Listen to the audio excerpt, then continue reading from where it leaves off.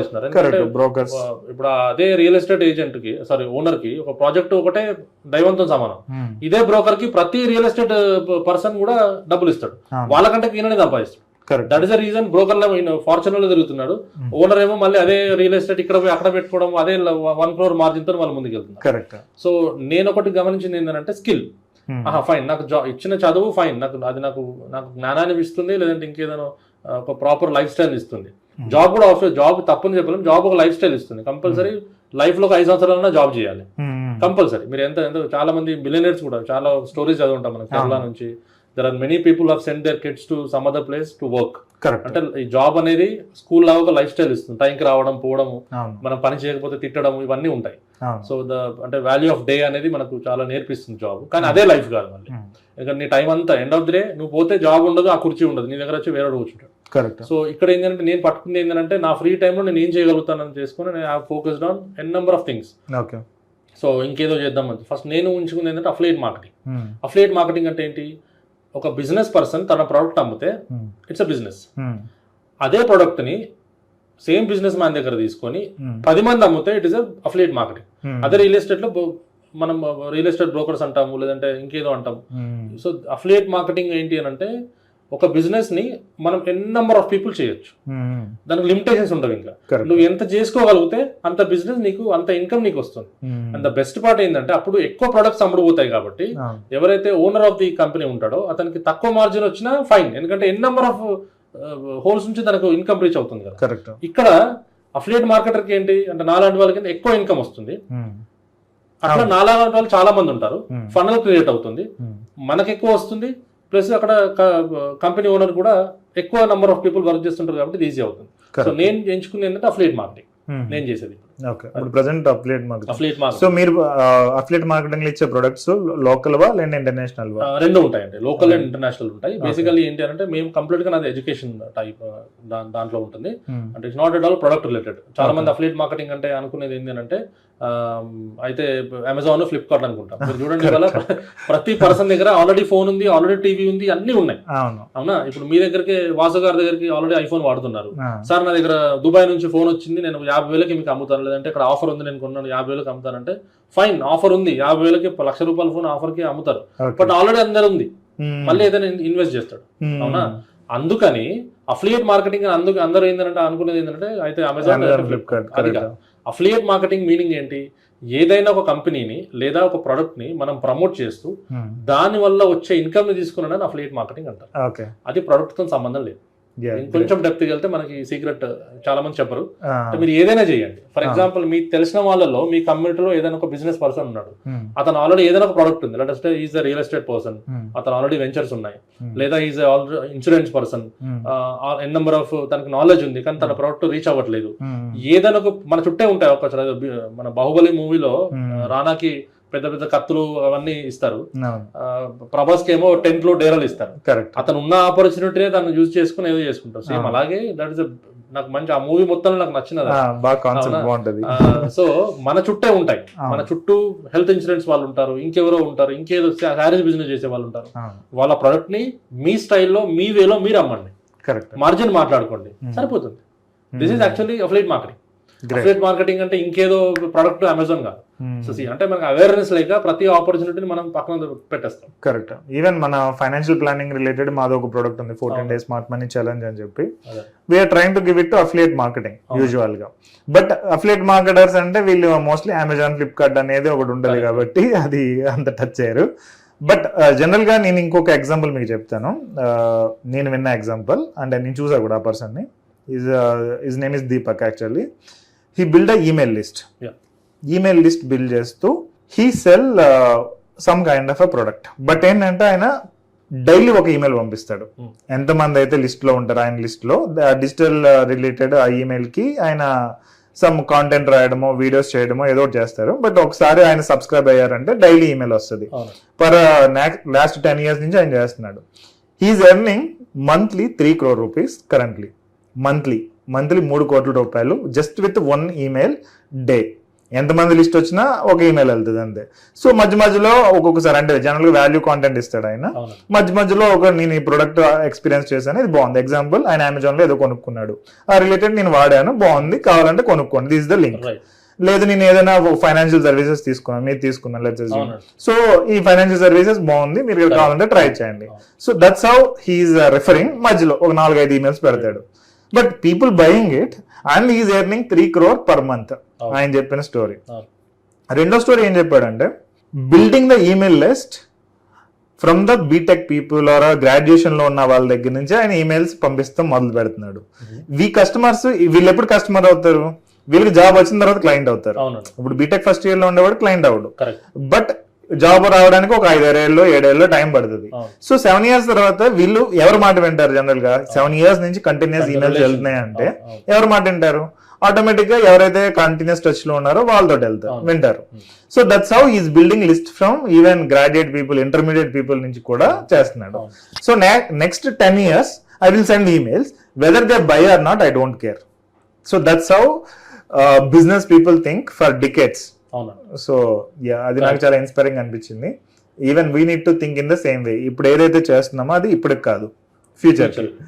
Yeah, fine అండి. So when it comes to investments, so investments అనేది మీ opinion ప్రకారం ఎలా చేస్తే బెటర్ అంటారు? అంటే ఇన్వెస్ట్మెంట్స్ అనగానే అందరూ ఫస్ట్ చేసేది ఏంటంటే, ఫస్ట్ ఉన్న అప్పులు తీర్చుకుందాం. కరెక్ట్.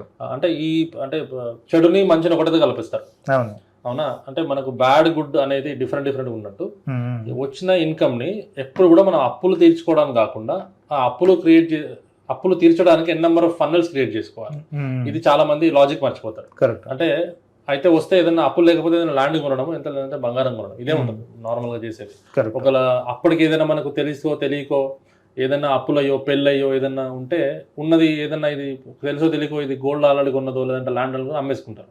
అప్పుడు ఆ అమౌంట్ పోతుంది, ఈ ల్యాండ్ కూడా పోతుంది. కరెక్ట్. సో ఇప్పుడు ఏంటంటే, నా సజెషన్ ఏంటంటే, అఫ్కోర్స్ నేను కూడా ఇక్కడ ల్యాండ్స్ కొని ఇవన్నీ పక్కన, నాకు అర్థమైన కాన్సెప్ట్ ఏంటంటే, ఫస్ట్ చేసుకోవాల్సింది మ్యూచువల్ ఫండ్స్.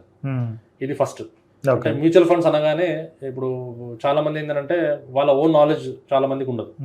సో నాలెడ్జ్ ఉన్నప్పుడే మనకు ప్రాపర్ ఇన్వెస్ట్మెంట్స్ కానీ ఇవన్నీ తెలుస్తుంది. నెంబర్ ఆఫ్ యూట్యూబ్ ఛానల్స్ చాలా మంది ఏంటంటే ఆ వ్యూవర్షిప్ కోసమో దేనికో పెడుతున్నారు. వాళ్ళకి అక్కడ నుంచి ఇన్కమ్ క్రియేట్ అవుతుంది, ఇక్కడ నుంచి ఇన్కమ్ క్రియేట్ అవుతుంది, వాళ్ళకి డబ్బులు ఉంటుంది. సో కామన్ పర్సన్ కి ఏంటంటే ఒక 1 లక్ష రూపాయలు ఉంటే 1 లక్ష రూపాయలు ఏం చేసుకోగలగాలి?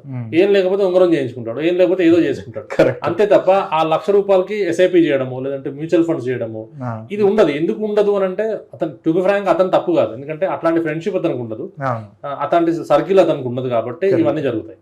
సో ఆ సర్కిల్లో ఎవడైనా కొద్దిగా గొప్ప తెలుసో తెలియకో కొంచెం డ్రెస్ బాగా వేసుకున్నాడు సలహా ఇస్తే మన వాళ్ళు మోసపోయి అక్కడ ఇన్వెస్ట్ చేస్తారు. కరెక్ట్. సో కాబట్టి ఇప్పుడు అంతెందుకంటే, ఇప్పుడు అంబానీకి కూడా ఎన్ని బిజినెస్లు ఎట్లా మేనేజ్ చేస్తాడు అని అంటే, they have employees, correct, they have freelancers, they have giving idea giving. ఇప్పుడు ఇంత పెద్ద గవర్నమెంట్ అవడానికి కూడా సీఎంఓ ఎవరో తీసుకుంటే డిసిషన్ నడవదు.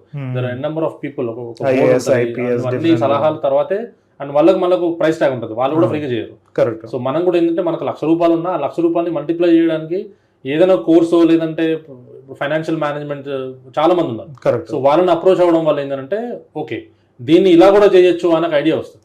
సో ఏదైనా ఒక గ్రోత్ స్టార్ట్ అయితే ఐడియా అవుతుంది. సో ఐడియా మనకు రానప్పుడు ఐడియా ఉన్న పర్సన్ దగ్గర రీచ్ అయ్యి పేమెంట్ అయినా తీసుకోవడం బెస్ట్ అని నా సలహా. కానీ చాలా మంది ఫ్రీగా ఎక్స్పెక్ట్ చేస్తారు, అది ప్రాబ్లం. అది ఇప్పుడు అంతెందుకంటే, ఇప్పుడు ఫ్రీ బస్సు బాగుంటది, ఫ్రీగా అడ్వైజ్. ఇప్పుడు నాకు చాలా మంది అంటే నాకు చాలా ఇప్పుడు సందర్భం వచ్చి చెప్తున్నాను, సార్ మీరు నేర్పించే కోర్సు యూట్యూబ్ లో ఉంటది కదా అంటారు. అఫ్ కోర్స్ యూట్యూబ్ కరెక్ట్ గా 2025 కదా, 2000 లో స్టార్ట్ అయింది అనుకో, 2005 లో స్టార్ట్ అయింది యూట్యూబ్. 2005 నుంచి 2025 అంటే ఆల్మోస్ట్ 20 years. ప్రతి రోజు యూట్యూబ్ చూస్తున్నాం ఏదో రీజన్ వల్ల. యూట్యూబ్ ఆడియన్స్ వేరు, మళ్ళీ ఇన్స్టాగ్రామ్ వేరు ఉంటారు, ఫేస్బుక్ ఆడియన్స్ వేరు ఉంటారు. కరెక్ట్. మరి అదే యూట్యూబ్ లో అన్ని రోజులు నేర్చుకున్నప్పుడు ఇప్పటివరకు కోడిషన్ అయిపోవాలి కదా. కరెక్ట్. అవునా? యూట్యూబ్ అనేది ఒక ఇన్ఫర్మేషన్ ఇస్తుంది, కానీ ఆ ఇన్ఫర్మేషన్ ని మానిటైజ్ అంటే ఆ ఇన్ఫర్మేషన్ ని పైసలాగా ఎట్లా కన్వర్ట్ చేసుకోవాలనే స్కిల్ ఎవరు ఇవ్వరు. కరెక్ట్.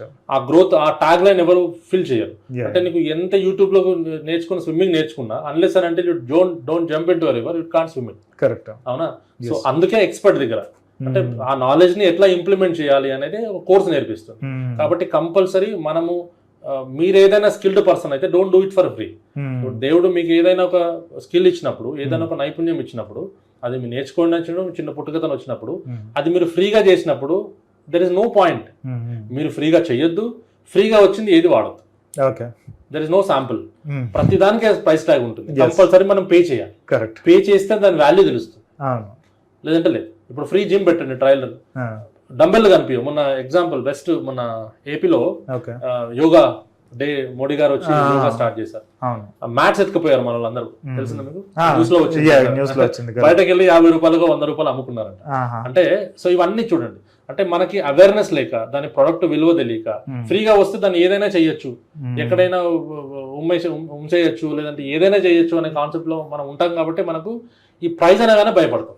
ప్రైజ్ ఎవడన్నా అన్నాడు, ఇది డబ్బులకి ఏదైనా అన్నాడు అంటే వాళ్ళు ఇంకా మనం విలన్ గా ట్రీట్ చేస్తాం. కరెక్ట్. కానీ మనం ఏదైనా బిజినెస్ చేస్తే మనకు డబ్బులు రావాలి. కరెక్ట్.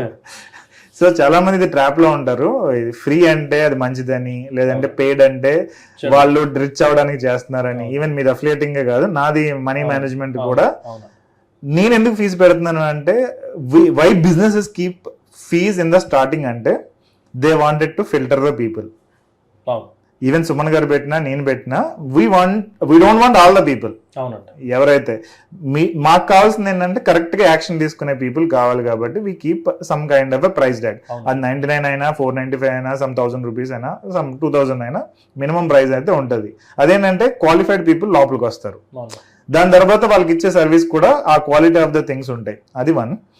రెండోది ఏంటంటే, ఐ వాంటెడ్ టు ఎక్స్ప్లెయిన్, చెప్పిన దాన్ని బట్టి సుమన్ గారు నేను ఎక్స్ప్లెయిన్ చేద్దామని అనుకుంటున్నాను ఏంటంటే, there is a difference between knowledge and skill. So knowledge అనేది you can gain from anywhere. గూగుల్లో సెర్చ్ చేసినా, న్యూస్ పేపర్స్ చదివినా, యూట్యూబ్లో ఈ వీడియోస్ చూసినా, ఇన్స్టాగ్రామ్లో రీల్స్ చూసినా నాలెడ్జ్ అనేది వస్తుంది. బట్ స్కిల్ రావాలి అంటే మాత్రం you should go to certain trainer and get the training. అది ఏ రిలేటెడ్ అయినా, డిజిటల్ మార్కెటింగ్ అయినా, అఫిలియేట్ మార్కెటింగ్ అయినా, మనీ మేనేజ్మెంట్ రిలేటెడ్ స్కిల్ అయితే, whatever it is, you need to go to a mentor and learn that skill and gain the related, and then you can.